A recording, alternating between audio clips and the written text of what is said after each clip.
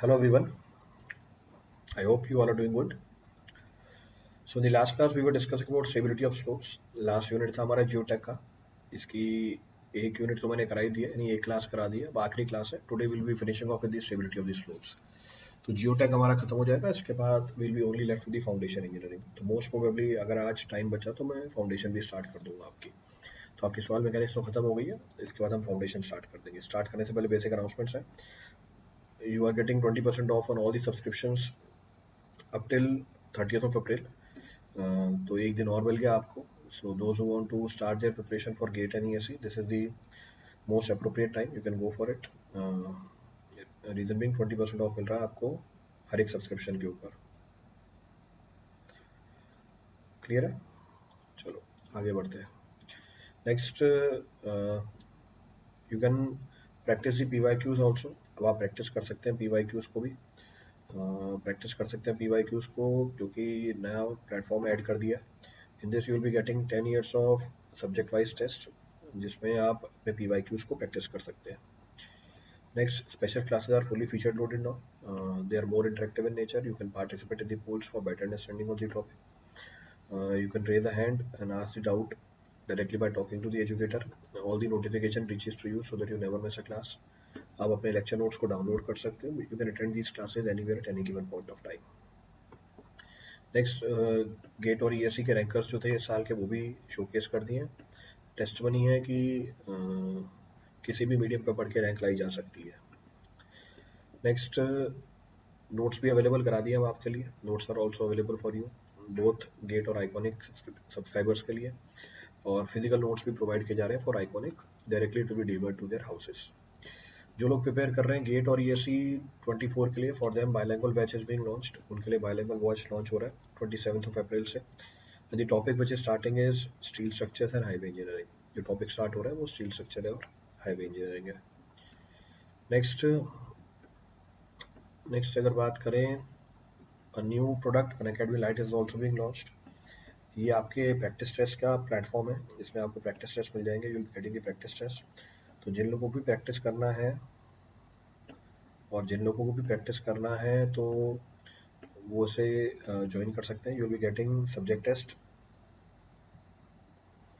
You will be getting full length test, you will be getting mock test. इसमें आप detail solution देख सकते हैं. You can see the detail solutions और अपनी परफॉर्मेंस एनालिसिस भी कर सकते हैं. You can go for the performance analysis. Clear है? चलिए आगे. Shall we continue?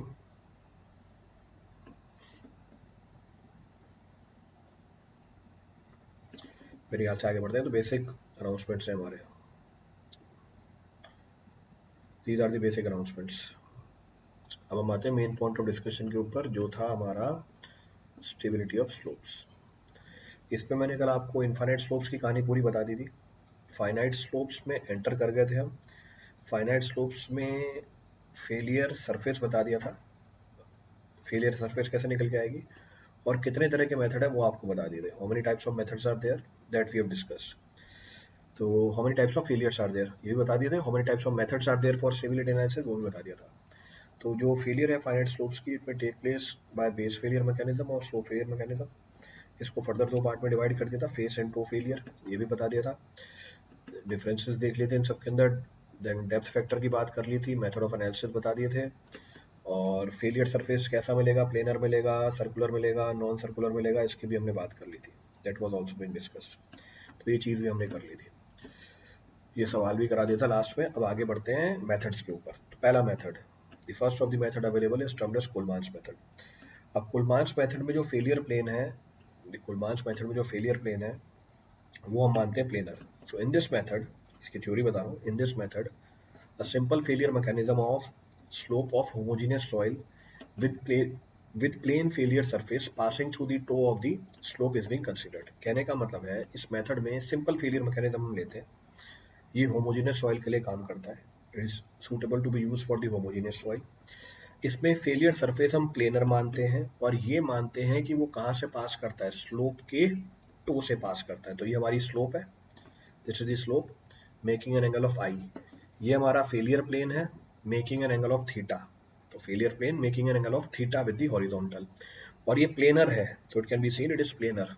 कहाँ से पास कर रहा है? टो से पास कर रहा है, it is passing from the toe, तो टो ऑफ दी स्लोप से पास कर रहा है। अब यहाँ पर हम ये जो फेलियर प्लेन के ऊपर जो सॉइल है इसके ऊपर तीन फोर्सेस की बात करते हैं। ये वेज बन गया एडीबी, इसके ऊपर तीन फोर्सेस एक्ट कर रहे हैं। कौन कौन से तीन फोर्स एक्ट कर रहे हैं? एक तो वेट एक्ट कर रहा है, वेट का मैग्नीट्यूड निकाल सकते हो आप। अगर मैं वेट का मैग्नीट्यूड निकालना चाहूँ half base into height, so weight area half base into height, base क्या है हमारा? बेस है हमारा ए बी, तो half A B into height, तो ये तो एरिया आया ट्रायंगल का, तो एरिया आया ट्रायंगल का half A B into height, multiply किया स्लोप की लेंथ से, बोर्ड के अंदर 1 यूनिट है, multiply by unit weight of the soil, so multiply by unit weight of the soil. तो ये जहाँ मल्टीप्लिकेशन में कंफ्यूजन हो रही है मैं डॉट लगा देता हूँ, तो जहाँ मल्टीप्लिकेशन में कंफ्यूजन हो रही है मैं डॉट लगा रहा हूँ, A B into H into 1 volume into unit weight. Weight act कर रहा है वर्टिकली डाउनवर्ड डायरेक्शन में। दूसरा फोर्स क्या लग रहा है इसके ऊपर? कोहेजन, कोहेजन कोहेजन लगेगी फेलियर प्लेन के अलॉन्ग, तो कोहेसिव फोर्स कितना आ जाएगा? कोहेजन को मल्टीप्लाई कर दिया, मोबिलाइज कोहेजन को मल्टीप्लाई कर दिया लेंथ ए बी, मल्टीप्लाई कर देंगे किससे? 1 यूनिट से, 1 यूनिट जो बोर्ड के अंदर जा रही है। क्लियर है?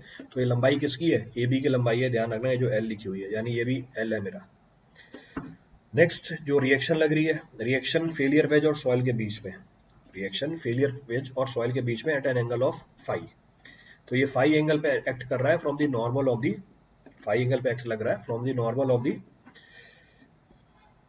द फेलियर प्लेन, तो वो आपको भी डायग्राम में दिखा रखा है, that can also be seen from the diagram. ये मेरे 90 डिग्री का एंगल है, दिस एंगल इज 90 डिग्री। तो मैं क्या कर सकता हूँ? Now what can be done, अब मेरे को सारे कंपोनेंट निकालने हैं, I have to calculate all the components. तो अगर सारे कंपोनेंट निकालने हैं, जरा ट्रायंगल देखो ए डी ई, अगर मैं ट्रायंगल देखूं ए डी ई, ए डी ई के अंदर हम बोल सकते हैं इन ए डी ई, अगर मैं एनालिसिस करूं, एक एंगल है मेरा साइन आई माइनस थीटा, एक एंगल है मेरे साइन 90, ठीक है, तो साइन लॉ को अप्लाई किया, साइन लॉ को अप्लाई किया, so I can say in triangle A D E, prove करके दिखा रहा हूँ, नहीं भी प्रूव करता कोई फर्क नहीं पड़ता इससे। तो ट्रायंगल ए डी में अगर बात करूं मैं, साइड है मेरी कौन सी? साइड हमारी कौन सी निकल के आई? अगर ये एच है, if this is H it is 90 degree, तो ये वाली साइड आ गई H by sine i, H sine i नहीं है, तो हम बोलेंगे H by sine i side divide by what, इसके अपोजिट एंगल 90 डिग्री का, साइन 90 डिग्री का, दिस इज इक्वल टू छोटा एच, इसके अपोजिट एंगल कौन सा है? Sine i minus theta, sine i minus theta, इससे हमने क्या निकाल लिया? छोटा एच निकाल लिया, छोटा एच आ गया H sine i minus theta upon sine आई, तो ऊपर मैं सब्स्टिट्यूट कर सकता हूँ उसको, तो वेट में इसको सब्स्टिट्यूट कर दूंगा। अब अगर मुझे देखना है फैक्टर ऑफ सेफ्टी, क्या होता है फैक्टर ऑफ सेफ्टी? तो फैक्टर ऑफ सेफ्टी होती है भैया shear strength by shear stress. Shear strength की वैल्यू क्या लिखेंगे? How to write the value of the shear strength? अगर मुझे शेयर स्ट्रेंथ की वैल्यू लिखनी है तो it will be equal to C into L, normal force W cos theta, तो वेट डाउनवर्ड डायरेक्शन में लग रहा है तो मेरे को तो नॉर्मल स्ट्रेस चाहिए, तो फेलियर प्लेन के normal stress W cos theta tan phi, तो ये नॉर्मल कंपोनेंट आ गया वेट का, divide by what? Shear stress कौन कॉज करेगा? वेट का parallel component to the failure plane, W sine theta. ये मेरी फैक्टर ऑफ सेफ्टी निकल के आ गई, this is my factor of safety. बस वेट की वैल्यू पुट कर दो, you will get the result. तो अगर मैं वेट की वैल्यू पुट कर दूं, वेट की वैल्यू कितनी है मेरी? तो वेट की वैल्यू है half, if I put the value of the weight, तो हाफ फिर एल इंटू कैपिटल एच, तो L into capital H sine i minus theta upon sine i into gamma, ये वैल्यू उठा के ऊपर सब्स्टिट्यूट करो, एल एल कैंसल आउट हो जाएगा, you will get the result, ये फैक्टर ऑफ सेफ्टी निकल के आएगी। तो है कुछ भी नहीं, सिंपल कैलकुलेशन इन्वॉल्व है।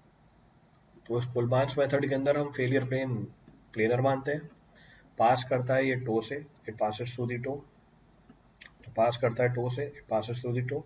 क्लियर है चीज? चलो ठीक है।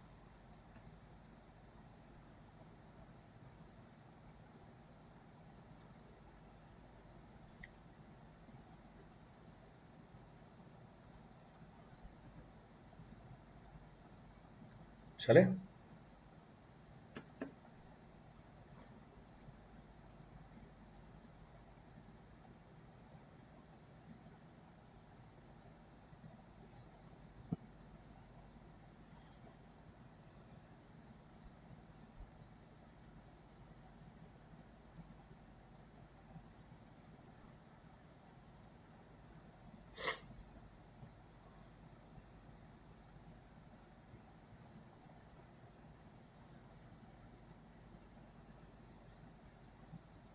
चले आगे?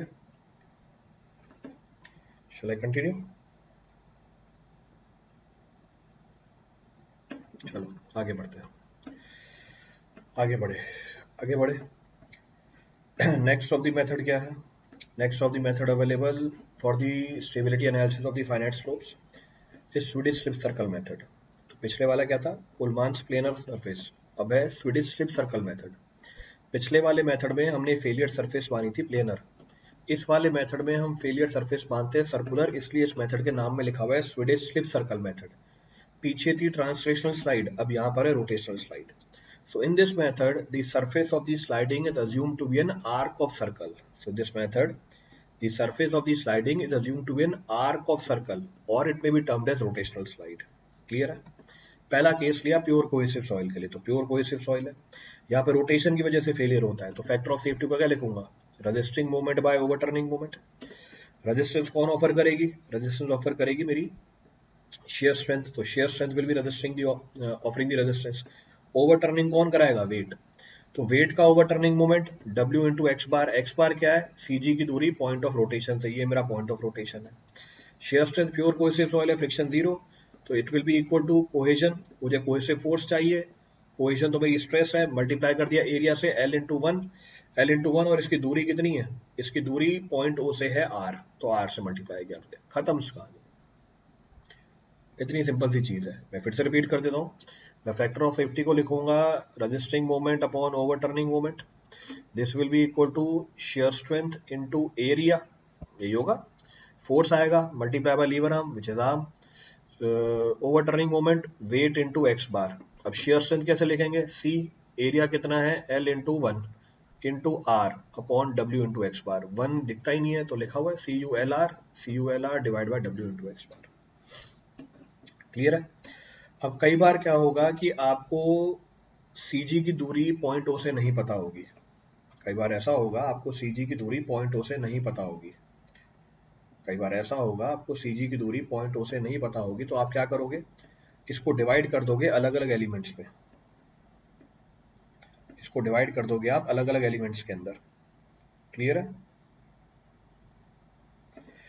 हर एलिमेंट की CG निकालोगे पॉइंट O से कितनी दूरी है, और मोमेंट ऑफ क्या लोगे? एरिया ले लोगे, जैसे करते हैं रिजल्टेंट CG निकालने का तरीका। तो इसमें हम क्या कर सकते हैं? इसमें हम ये कर सकते हैं कि हमने सारे पोर्शन को डिवाइड कर दिया अलग अलग एलिमेंट्स में, छोटे छोटे एलिमेंट्स के अंदर डिवाइड कर दिया। हर एलिमेंट की CG मुझे पता है, हर एलिमेंट की मुझे CG पता है, तो हर एलिमेंट का मैंने मोमेंट ले लिया अबाउट पॉइंट O, तो रिजल्टेंट CG निकल के आ गई, you will get the resultant CG। Clear है?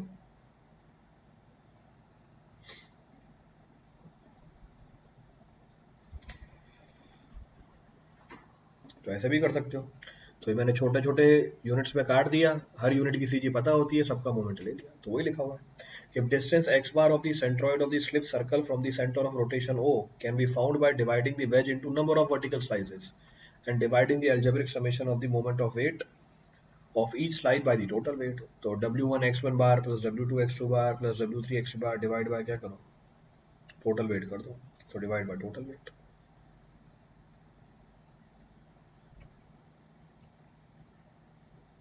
क्लियर है?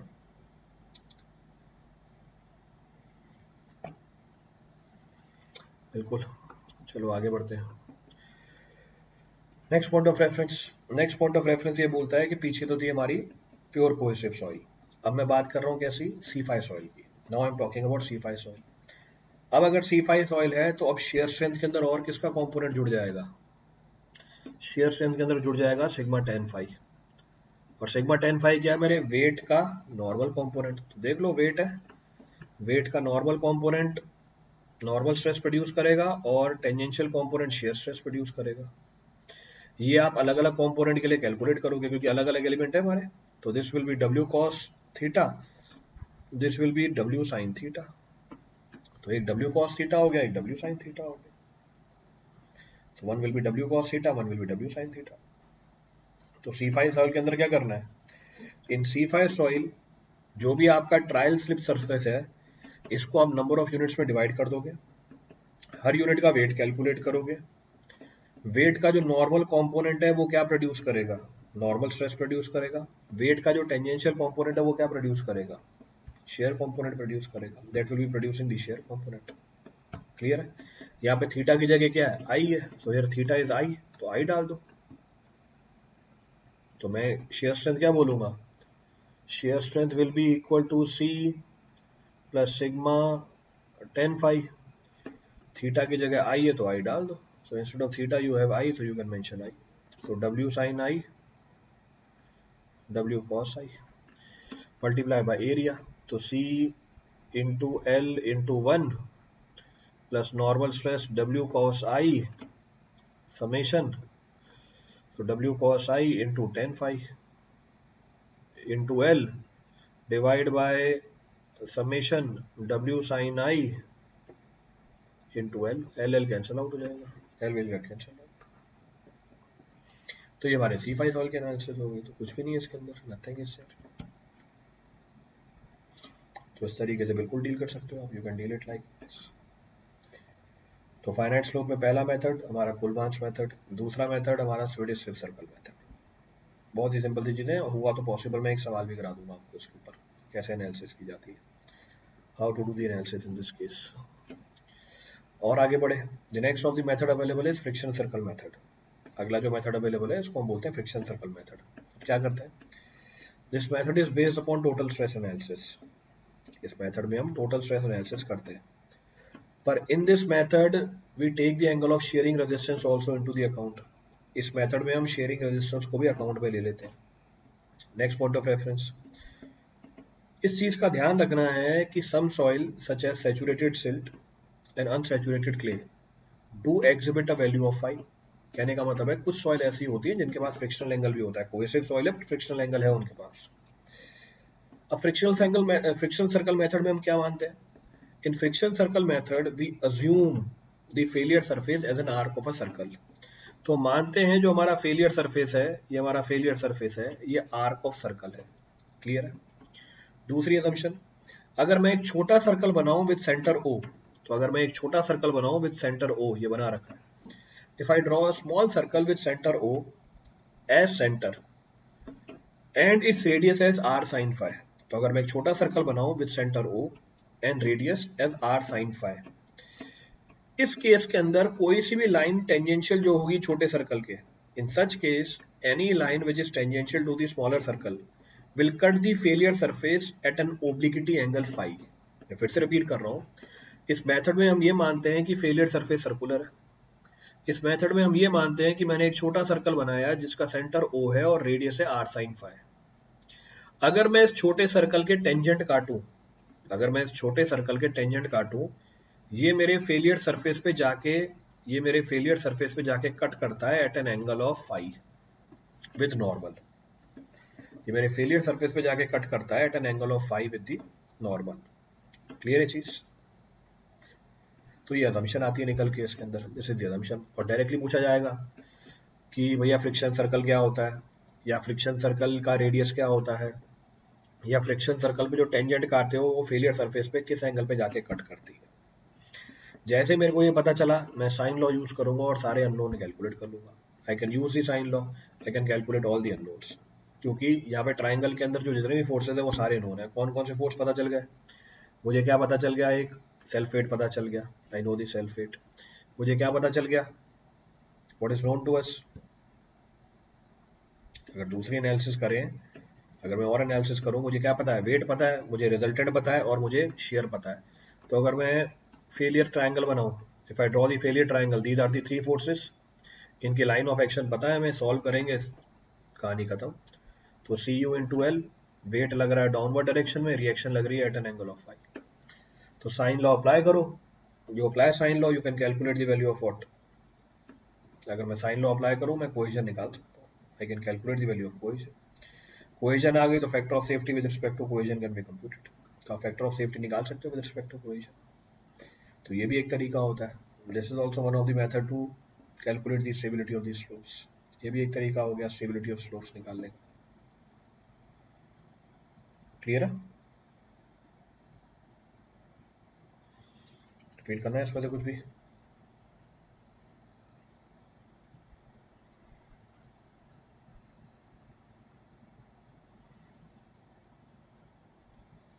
चलिए कंटिन्यू.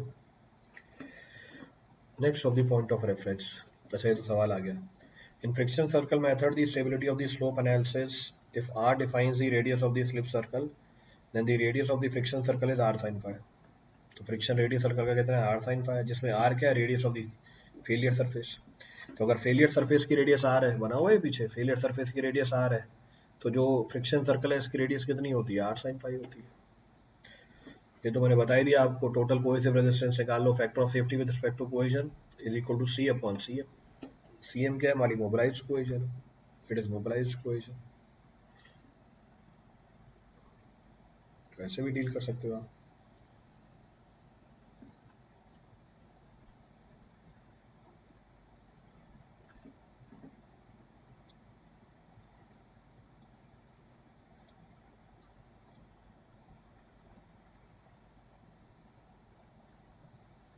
चले आगे.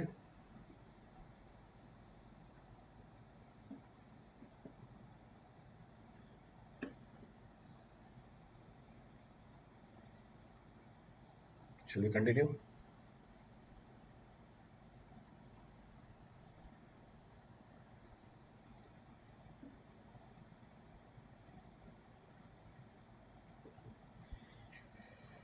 चलो भाई नोट कर लिया तो आगे बढ़ लेते हैं.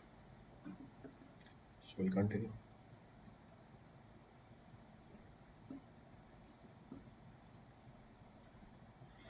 देखो क्या लिखा हुआ है. What is been mentioned. Consider the following statement associated with the stability of the slope. Consider the following statement associated with the stability of the slope. अब स्टेटमेंट को समझना है. स्टेटमेंट को समझना है, समझ लेते हैं. Stability number is inversely proportional to the cohesion and directly proportional to the weight. Stability number क्या होती है हमारी? टेलर स्टेबिलिटी नंबर बताई थी, c upon gamma S C. ये इनवर्सली प्रोपोर्शनल है कोहेजन के और डायरेक्टली प्रोपोर्शनल है हाइट के. गलत स्टेटमेंट है, उल्टा बता दिया. Swedish method of analysis is based upon circular failure surface. सही बात है. Culmann method assumes that the rupture will occur in a plane. ये भी सही बात है. तो आंसर क्या आ गया? ए. ऑप्शन 2 भी सही है, ऑप्शन 3 भी सही है. Both the options are correct. पर पहली ऑप्शन गलत लिखी हुई है, उसने उल्टा बना के दे दिया आपको कि डायरेक्टली प्रोपोर्शनल है कोहेजन के, इनवर्सली प्रोपोर्शनल है हाइट के.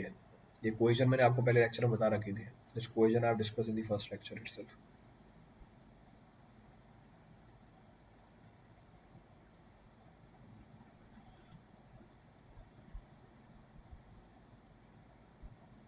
चलिए आगे बढ़ते हैं. आई गया Taylor stability number.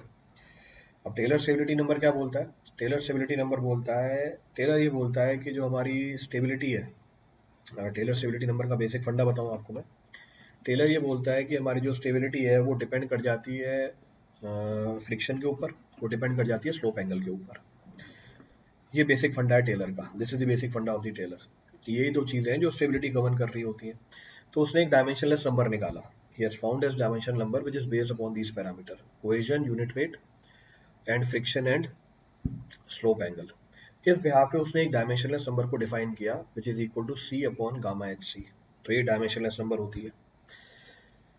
Next point of reference, अगर मैं फैक्टर ऑफ सेफ्टी निकालूं अलग अलग प्रॉपर्टीज के रिस्पेक्ट में, ये सेम निकल के आनी चाहिए. तो जैसे फैक्टर ऑफ सेफ्टी आप निकालोगे with respect to cohesion, same निकल के आएगी with respect to factor of safety then height. तो हाइट के रिस्पेक्ट में फैक्टर ऑफ सेफ्टी निकालो या कोहेजन के रिस्पेक्ट में फैक्टर ऑफ सेफ्टी निकालो, एक ही बात है. तो अगर मैं फैक्टर ऑफ सेफ्टी लिखूं विद रिस्पेक्ट टू हाइट, तो factor of safety with respect to height क्या लिखी जा सकती है? तो factor of safety with respect to height critical height by height.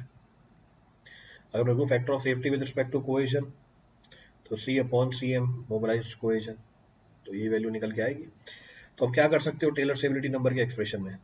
Taylor stability के एक्सप्रेशन में यू कैन रिप्लेस देखो जरा चेक करो किसको रिप्लेस कराया है इसने। इसने रिप्लेस करा दिया कोहेजन को, तो कोहेजन को रिप्लेस करा दिया factor of safety with respect to cohesion into mobilised cohesion, बिल्कुल लिख सकते हैं। फिर नेक्स्ट इसमें किसको रिप्लेस करा दिया, क्रिटिकल हाइट को, factor of safety with respect to height into height, तो factor of safety with respect to height into height. और ये दोनों फैक्टर ऑफ सेफ्टी क्या होते हैं, ये दोनों फैक्टर ऑफ सेफ्टी क्या होते हैं, सेम होते हैं, कैंसल आउट हो जाएंगे। क्या बचा, what is being left, what is being left, it is equal to CM upon gamma S C. तो ऐसे भी लिख सकते हो। तो आप बोल सकते हो Taylor stability number is equal to C upon gamma H C, या आप ये भी बोल सकते हो it is equal to mobilised cohesion upon gamma H. तो क्रिटिकल हाइट पे मोबिलाइज्ड कोहेजन हमारी किसके बराबर होगी, डिजाइन कोहेजन या मैक्सिमम कोहेजन के बराबर होगी। पर अगर क्रिटिकल हाइट से कम हाइट हुई वहां पर जो कोहेजन डेवलप होगा, मोबिलाइजेशन मींस डेवलपमेंट, तो अगर आपने स्लोप की क्रिटिकल हाइट ली तो मैक्सिमम कोहेजन डेवलप हो जाएगा उसके ऊपर, मैक्सिमम शेयर स्ट्रेंथ आ जाएगी। अगर आपने हाइट की वैल्यू क्रिटिकल हाइट से कम ली तो उस समय मोबिलाइज्ड कोहेजन भी क्या मिलेगा आपको, कम मिलेगा। At that point of time mobilised cohesion will be less. अभी जो टेलर स्टेबिलिटी नंबर होता है डायरेक्टली आप चार्ट से देख सकते हो, टेबल्स भी आती है, चार्ट भी निकल के आती है, यहाँ से भी हम स्टेबिलिटी को एनालाइज कर सकते हैं।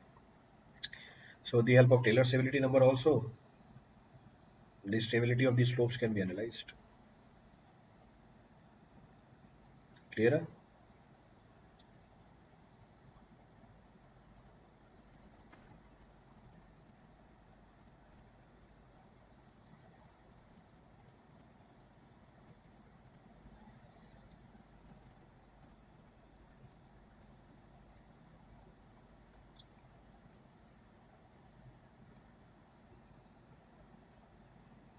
चलें आगे।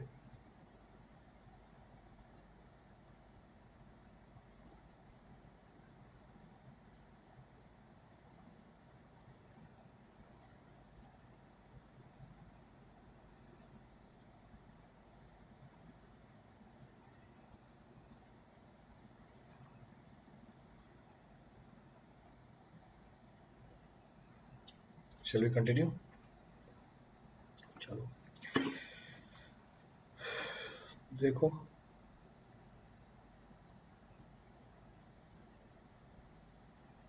Taylor stability number is given by which of the following expression, अभी करा गया हूँ पीछे, C upon gamma F C, next C upon gamma H, नहीं मोबिलाइज कोहेजन हो जाएगा, C upon gamma factor of safety with respect to height into height, सही बात है, तो आंसर इज सी।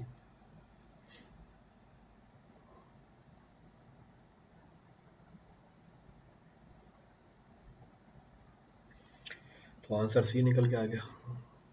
नेक्स्ट बोल रहा है, an excavation is made with a vertical face in the claying soil, excavation बनाई vertical face in the claying soil which has cohesion this much, gamma this much, stability number this much, maximum depth of stable excavation will be nearly maximum depth, तो Taylor stability number is equal to C upon gamma hc,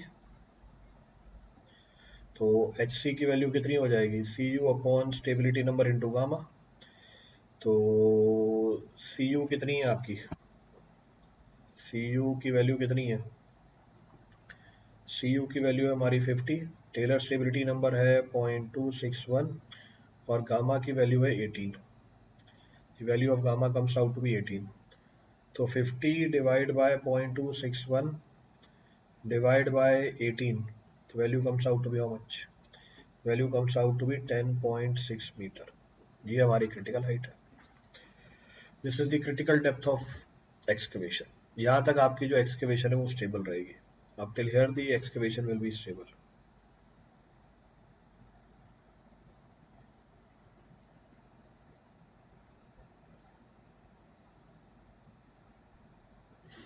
चलें आगे, shall we continue?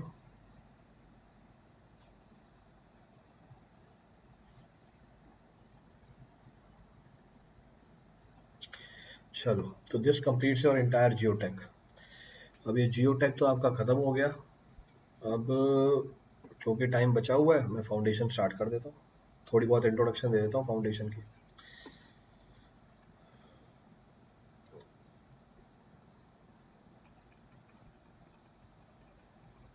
तो slides add हो रही हैं इसके अंदर अभी, हैंग नहीं हो जाए बस, क्योंकि बहुत ज़्यादा स्लाइड्स हो गई है ना, ज़्यादा स्लाइड्स उठा नहीं पाता ये OBS।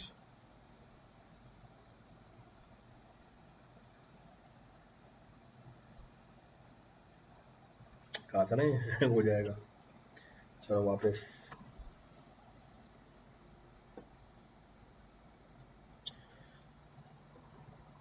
इतनी भारी भरकम स्लाइड्स की आदत नहीं है इसे।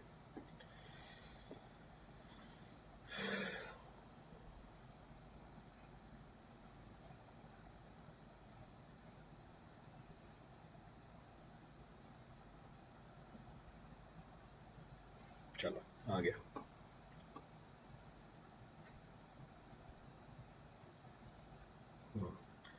So now will be starting about the foundation engineering. Foundation engineering start कर देते हैं। सेकंड पार्ट है आपके जियोटेक का, the second part of the geotech. अब ये दूसरा पार्ट है हमारे जियोटेक का। स्टार्ट करते हैं, देखते हैं कितना कर सकते हैं। ये तो टेबल ऑफ कंटेंट है, we are not concern with that, सारा टॉपिक ही करना है अपन को। So first point of discussion is first point of discussion is will be talking about shallow foundation. आप शैलो फाउंडेशन कर सकते हैं। शैलो फाउंडेशन, अब क्या है shallow foundation? First point of reference, foundation क्या होती है, उसके बाद शैलो फाउंडेशन करते हैं। फाउंडेशन वो पार्ट है हमारे स्ट्रक्चर का जो आपको ग्राउंड के नीचे मिलेगा, तो यानी ये सब स्ट्रक्चर पार्ट है। तो you can say foundation are the substructural elements which can transmit the structural load to the earth in such a way that the supporting soil is not overstressed। ये पार्ट है सब structure का इस तरीके से कि ये सुपर स्ट्रक्चर के लोड को ट्रांसफर करता है अर्थ के ऊपर। ये सुपर स्ट्रक्चर के लोड को ट्रांसफर करता है अर्थ के ऊपर इस तरीके से कि हमारी जो अर्थ है वो ओवरस्ट्रेस नहीं हो जाए, और इस प्रोसेस में एक्सेसिव सेटलमेंट भी नहीं हो हमारे स्ट्रक्चर की। तो दोनों चीज़ों का ध्यान रखना है, ना एक्सेसिव सेटलमेंट हो, ना उसमें ओवर स्ट्रेसिंग हो, यानी उसमें शेयर फेलियर भी नहीं होना चाहिए। क्लियर है? इसीलिए जब आप स्ट्रक्चर बनाओगे तो सपोर्टिंग सॉइल की प्रॉपर्टियों को भी एनालाइज करोगे। Hence when the structure is to be designed hence when the structure is to be designed तो आप उसकी सपोर्टिंग सॉइल की प्रॉपर्टीज को भी एनालाइज करोगे। क्लियर है चीज? बिल्कुल सही बात है। नेक्स्ट पॉइंट ऑफ रेफरेंस, आपका जो फेलियर है फाउंडेशन का, ये दो रीजन से हो सकता है, ऊपर भी बताया। पहला, एक्सेसिव सेटलमेंट हो जाए, इसको हम सेटलमेंट फेलियर बोल देते हैं। दूसरा, स्लाइडिंग और स्लिपिंग हो जाए हमारे फाउंडेशन की, इसको हम शेयर फेलियर बोल देते हैं। This is technically termed as shear failure. तो जो फेलियर होती है हमारे फाउंडेशन की, it is due to two. एक, सेटलमेंट ऑफ द सॉइल। दूसरा, sliding and slipping of the soil foundation. तो आपको अपने स्ट्रक्चर को सेफ बनाना है दोनों के लिए। हमारा स्ट्रक्चर अभी कौन सा है? सब स्ट्रक्चर है। सब स्ट्रक्चर में कौन सा पार्ट? हमारा फाउंडेशन। क्लियर है? So foundation must be same both in shear failure criteria as well as settlement criteria. Next, अब ये shallow foundation, deep foundation are the two types of the foundation। तो ऊपर मैंने फाउंडेशन बना के दिखा रखी है। DF is the depth of the foundation, B is the width of the foundation। अब फर्क क्या है शैलो और डीप में? समझ में ही आ रहा है। शैलो की डेप्थ कम होती है, डीप की डेप्थ ज्यादा होती है, पर कितनी कम कितनी ज्यादा? तो एज पर तरजागी, अगर हमारे फाउंडेशन की डेप्थ उसकी विड्थ के बराबर या उससे कम हो जाए तो मैं उसको शैलो बोल लूंगा। अगर हमारे फाउंडेशन की डेप्थ उसकी विड्थ से ज्यादा हो जाए तो मैं उसको डीप बोल दूंगा। अब क्योंकि शैलो फाउंडेशन है, ये लोड को रेजिस्ट करती है बेस रेजिस्टेंस से, या लोड को कैरी करती है बेस रेजिस्टेंस से। चेक करो, ये बेस रेजिस्टेंस बना के दिखाया है, इसको मैंने बेस रेजिस्टेंस से बना के दिखाया है। So it carries the load due to base resistance. जबकि डीप फाउंडेशन है, इसकी डेप्थ ज्यादा है, तो इसमें बेस रेजिस्टेंस तो होगा ही होगा, पर साथ में और क्या होगा? साइड रेजिस्टेंस भी होगा। So it will be having base resistance also, it will be having side resistance also। Clear है? रिपीट करना है इसमें से कुछ भी?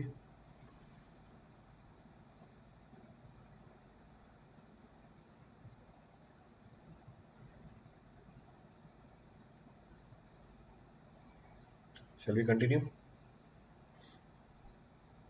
कोई सा पॉइंट रिपीट करना उसमें से? चलो, नेक्स्ट पॉइंट ऑफ रेफरेंस। अब हम उठाते हैं शैलो फाउंडेशन को। Now I will be talking about shallow foundation.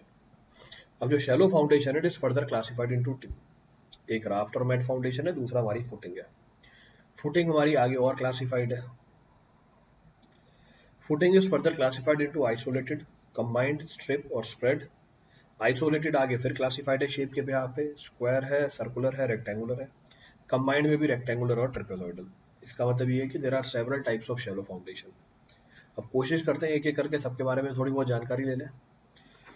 First, पहले तो आपको बताया शैलो फाउंडेशन क्या है। शैलो फाउंडेशन वो फाउंडेशन है जो स्ट्रक्चरल लोड को ट्रांसमिट करती है सॉइल स्ट्रेटा के ऊपर up to relatively lesser depth. तरजागी के हिसाब से अगर डेप्थ विड्थ के बराबर या उससे कम हुई तो शैलो फाउंडेशन हो जाएगी। अगर डेप्थ टू विड्थ का रेशियो 1 से लेके 15 के बीच में है, इसको हम मॉडरेटली डीप फाउंडेशन बोल देते हैं। 15 से ज्यादा है इसका मतलब वेरी डीप फाउंडेशन है। अगर 15 से ज्यादा है इसका मतलब वेरी डीप फाउंडेशन है। क्लियर है चीज?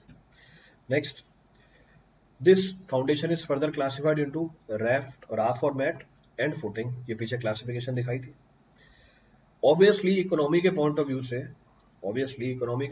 से हम प्रेफर करेंगे शैलो फाउंडेशन को, हम डीप फाउंडेशन को प्रेफर नहीं करेंगे क्योंकि डीप फाउंडेशन की कॉस्ट ज्यादा निकल के आएगी। ऊपर जो आपने क्लासिफिकेशन लिखी वो तरजागी के हिसाब से लिखी, के हिसाब से लिखी, दैट इज एज पर तरजागी। पर स्कैम्पटन क्या बोलता है, अगर हमारी डेप्थ विड्थ से 2.5 टाइम्स कम या बराबर हुई तो आप क्या बोल दोगे इसे, तब आप इसे बोल दोगे शैलो फाउंडेशन। तो then it is classified as shallow foundation. Clear है?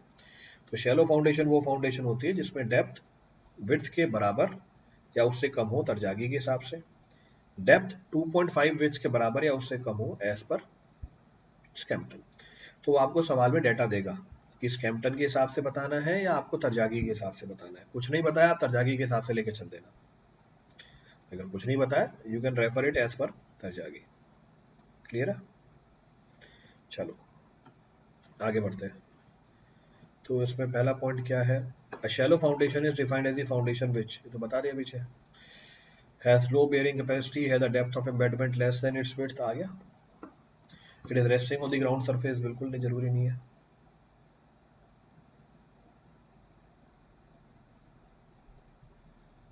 क्लियर है चीज?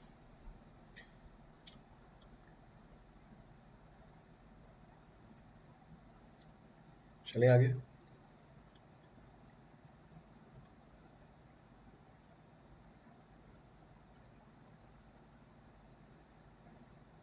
शैल वी कंटिन्यू?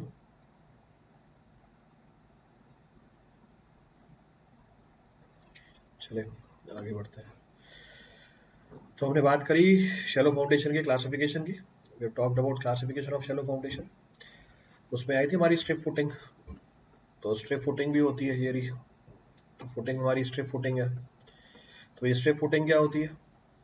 स्ट्रिप फुटिंग को हम वॉल फुटिंग भी बोलते हैं। These are also termed as wall footing.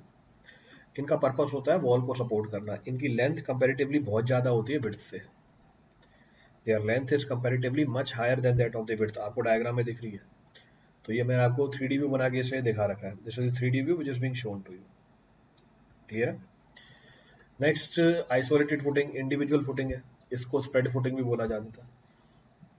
इसमें और स्प्रेड फुटिंग में कुछ फर्क नहीं होता, इसी को ले सकते हो आप स्प्रेड फुटिंग। हाँ, विड्थ वेरी करा सकते हो, विड्थ में भी वेरीड। तो डिपेंड करता है इकोनॉमी लानी है नहीं लानी है आपको। क्लियर है? तो ये बात भी समझ में आती है, that can also be understood. Clear है चीज? Next point of reference, raft mat footing. अब ये राफ्ट और मैट फुटिंग क्या होती है?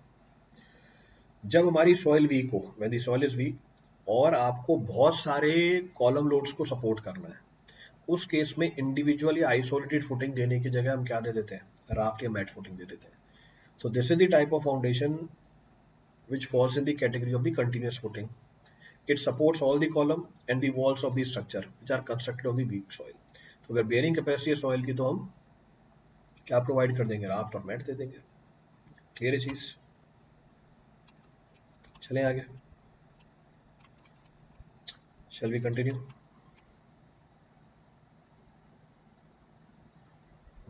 चलो आगे बढ़ते हैं।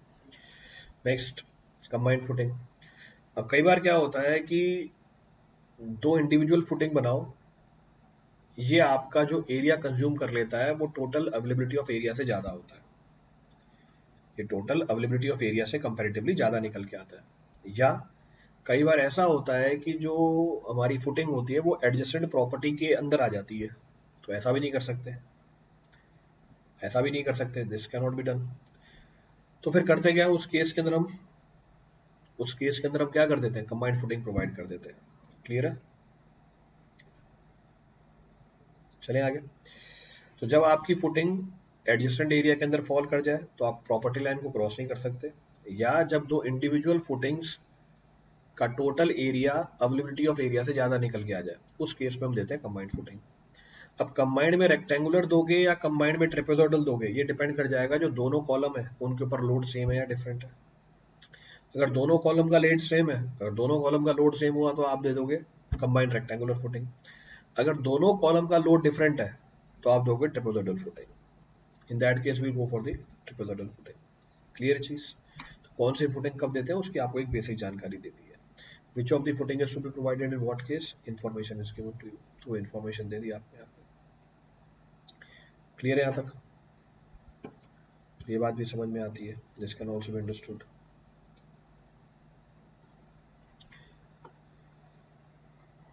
आगे बढ़े, so will continue. Next is pile footing. अब क्या है पाइल फुटिंग? ये हमारी आती है किसके अंदर, डीप फुटिंग के अंदर। This will run in deep footing. तो pile footing, these are used to transmit the heavy column loads. क्यों? क्योंकि इनकी लोड कैरिंग कैपेसिटी कहाँ से डेवलप होती है, एक बताया ना बेस रेजिस्टेंस और दूसरी साइड रेजिस्टेंस। ये साइड रेजिस्टेंस अवेलेबल नहीं है किसके पास, शैलो फुटिंग के पास। So these are used to transmit the heavy column loads to the group of piles. तो ग्रुप ऑफ फाइल्स के ऊपर कर दिया। तो ये पाइल ग्रुप दिखा रखा है मैंने आपको, नंबर ऑफ फाइल्स लगी हुई है इसके अंदर। क्लियर है? इसको कब यूज करते हैं, जब लोड ज्यादा हो और जब सॉइल की बेयरिंग कैपेसिटी कम हो, the bearing capacity of the soil is less. आप कौन सी फाउंडेशन चूज करोगे ये डिपेंड कर जाता है बहुत सारी बातों के ऊपर। आप कौन सी फाउंडेशन चूज करोगे ये डिपेंड कर जाता है बहुत सारी बातों के ऊपर। जैसे it depend upon the magnitude of the load, it depends upon the nature of the soil strata, ये डिपेंड कर जाएगा हमारा सुपर स्ट्रक्चर कैसा है, कि which type of super structure is there. Clear चीज? तो ये बात भी समझ में आती है, this can also be understood. तो ये हमारी पाइल फुटिंग हो गई। अब अगर मैं बात करूं जनरल गाइडलाइंस की, so if I talk about general guidelines for the selection of the foundation, ये जो गाइडलाइन है इसके ऊपर आपको एक सवाल जरूर मिल जाएगा ऑब्जेक्टिव्स के अंदर। Will find one definite problem, जो AEJ के एग्जाम होते हैं उसमें इनमें से सवाल जरूर पूछ लिया जाता है। अब क्या है ये, if the structural load is less and the soil is medium to dense. अगर स्ट्रक्चरल लोड कम है और सॉइल मीडियम टू डेंस है, obviously shallow foundation, structural load कम है और डेंस भी हमारी कैसे, सॉइल भी कैसे हमारी डेंस टू मीडियम है। तो बात समझ में आती है, कैन बी अंडरस्टूड। अगर स्ट्रक्चरल लोड हैवी है और सॉइल लूज है, अगर स्ट्रक्चरल लोड हैवी है और सॉइल मेरा लूज है, will go for what, raft और डी फाउंडेशन। ऑब्वियस सी बात है। If swelling pressure is high and differential free swell value is more than 30%, अगर स्वेलिंग प्रेशर ज्यादा है, डिफरेंशियल फ्री स्वेल क्या होता है ये आगे वाली क्लास में बताऊंगा। ये पैरामीटर है जो आपको ये बताएगा सॉइल में वॉल्यूम चेंज कितना होता है। तो अगर सॉइल के अंदर वॉल्यूम चेंज ज्यादा है, विल गो फॉर राफ्ट और डी फाउंडेशन। क्लियर है? चले आगे। Next, if footing area is more than 40% of length area, अगर फुटिंग एरिया ज्यादा है, पीछे बताया था 40% ऑफ लेंथ एरिया से, तो राफ्ट फाउंडेशन या कंबाइंड फुटिंग दे देते हैं। क्लियर है? ये बात भी समझ में आती है। तो अगर फुटिंग एरिया ज्यादा निकल के आता है 40% ऑफ लेंथ एरिया से, will go for raft foundation और combined footing. Next, if structural load is heavy and foundation is to be placed in running water, structural load heavy है यानी पाइल जाएगी, कौन सी पाइल भेज देंगे, कॉम्पैक्शन पाइल। तो उस समय कॉम्पैक्शन पाइल किया जाता है। क्लियर है? तो ये बात भी समझ में आती है, that can also be understood. Next point of reference, if soil is loose saturated sand and is prone to liquefaction, आपकी सॉइल में लिक्विफेक्शन होता है यानी उसकी शेयर स्ट्रेंथ ड्रास्टिकली रिड्यूस हो जाती है, बढ़ाने के लिए किसको यूज कर लेते हैं, कॉम्पैक्शन फाइल को। We can take the help of the compaction pile. Clear है चीज? तो जनरल गाइडलाइन दे रखी है आपको, basic guideline is being given to you. Next, if structural load is less 1 to 3 story, will go for isolated footing. अगर structural load कम है तो आप क्या करोगे, आइसोलेटेड फुटिंग प्रोवाइड कर दोगे। ज्यादा है तो कैसे प्रोवाइड कर दोगे, डीप फुटिंग प्रोवाइड कर दोगे, आप पाइल फुटिंग प्रोवाइड कर दोगे। तो ये बात भी समझ में आती है, this can also be understood. Next, if the soil is expensive and high swelling and shrinkage characters is found, तो आप दे सकते हो फ्लोटिंग बैलेंसिंग फाउंडेशन या अंडर रीम फाउंडेशन। तो दोनों में से कोई सी प्रोवाइड कर सकते हैं, either of the two can be provided. तो डिपेंडिंग अपॉन द सिचुएशन, जैसी सिचुएशन है उसके हिसाब से हम फाउंडेशन को प्रोवाइड करते हैं। तो ये कुछ गाइडलाइन है जो आपको फॉलो करनी है। These are the guidelines which are to be followed. तो मेरे ख्याल से आज की क्लास में बेसिक इंट्रोडक्शन दे दिया, सफिशिएंट है। कल डिटेल में स्टार्ट कर लेंगे। In tomorrow's class will talk in detail. Clear है? चलो आगे बढ़ते हैं।